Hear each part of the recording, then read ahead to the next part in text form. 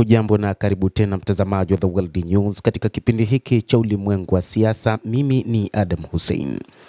Rais wa Marekani anadai kwamba Iran inakaribia kusalimu amri. Hii ni baada ya kufanya shambulizi kubwa katika kisiwa cha Khargi kilichopo huko nchini Iran.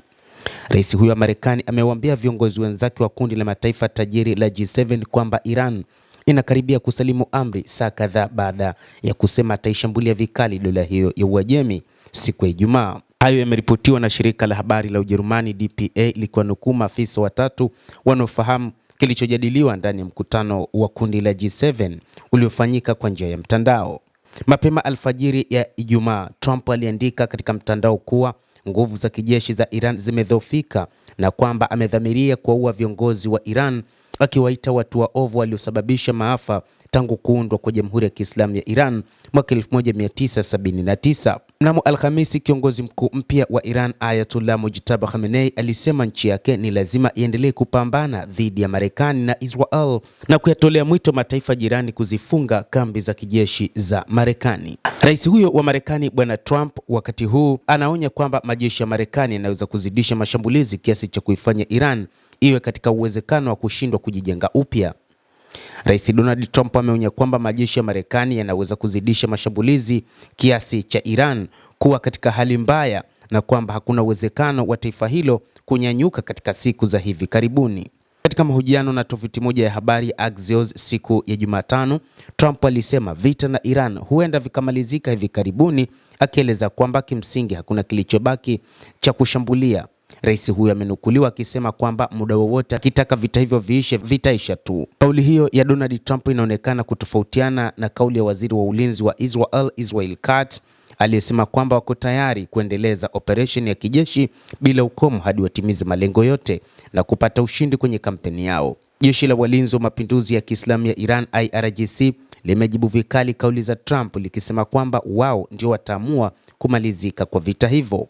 Hata hivyo, Ali Larijani, mkuu wa usalama katika taifa la Iran, alijibu akisema kwamba atahakikisha wanaifanya Marekani ijutie kufanya mashambulizi dhidi ya Jamhuri ya Kiislamu ya Iran kwa kushirikiana na Israel. Rais wa Marekani aliashiria vita na Iran vinaelekea mwishoni, lakini haonyeshi dalili za kuisha kwa vita hivyo. Rais huyo wa Marekani akizungumza na waandishi wa habari huko Florida alisema Marekani ilichukua uamuzi kuishambulia Iran kusambaratisha utawala uliojaa uovu, lakini anaamini vita kwamba vilizuka havikuwa vya muda mrefu.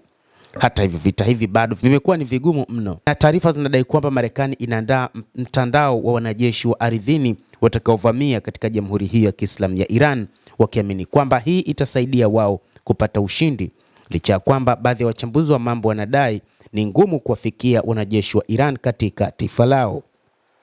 Kiongozi huyo pia ameionya Iran dhidi ya hatua zozote za kuzuia biashara ya mafuta kupitia mlango bahari wa Hormuz ambao hupitisha kiasi cha 20% ya mafuta yote duniani.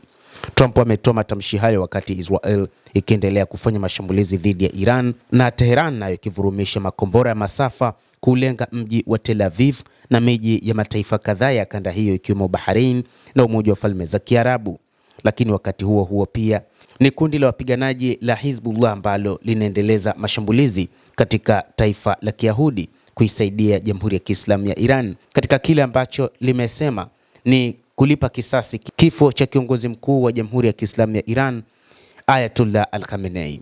Mtazamaji, endelea kutufuatilia, lakini ni kusihi usisahau kulike, usisahau kucomment, kadhalika kusubscribe channel yetu hii ili upate habari hizi kwa mapana hapa The World News.